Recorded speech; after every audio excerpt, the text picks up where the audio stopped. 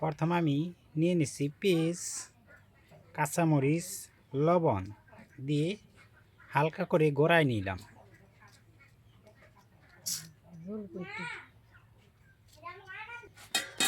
তারপরে নিলাম ফাঁকি হলুদ মরিচ দিয়ে গড়াই নিব এখন আমি।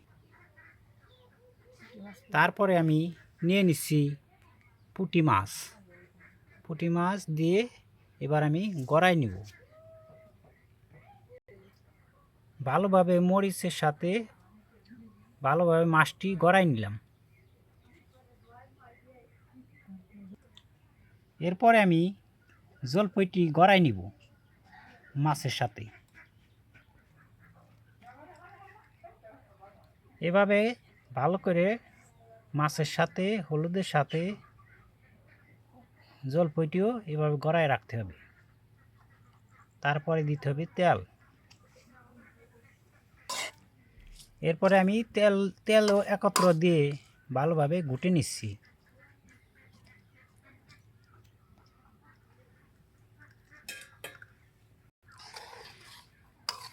কিছু পরিমাণ আমি পানিও একত্র করে দিয়ে নিলাম।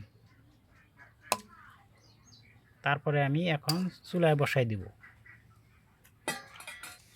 এবার আমি চুলায় বসাই দিলাম।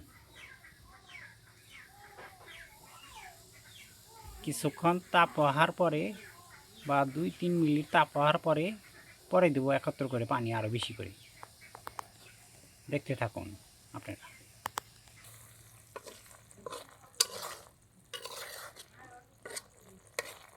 গোটা দিয়ে খন্তা দিয়ে নাড়া দিয়ে এরকম হওয়ার পরে দিতে হবে পানি। দেখুন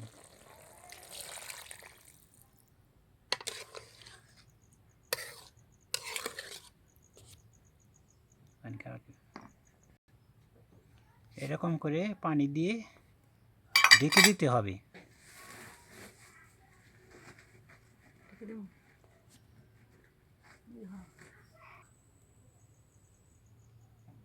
এবার ঢেকে দিছি। কিছুক্ষণ পরে ঢাকনা গুছিয়ে এভাবে নাড়া দিতে হবে।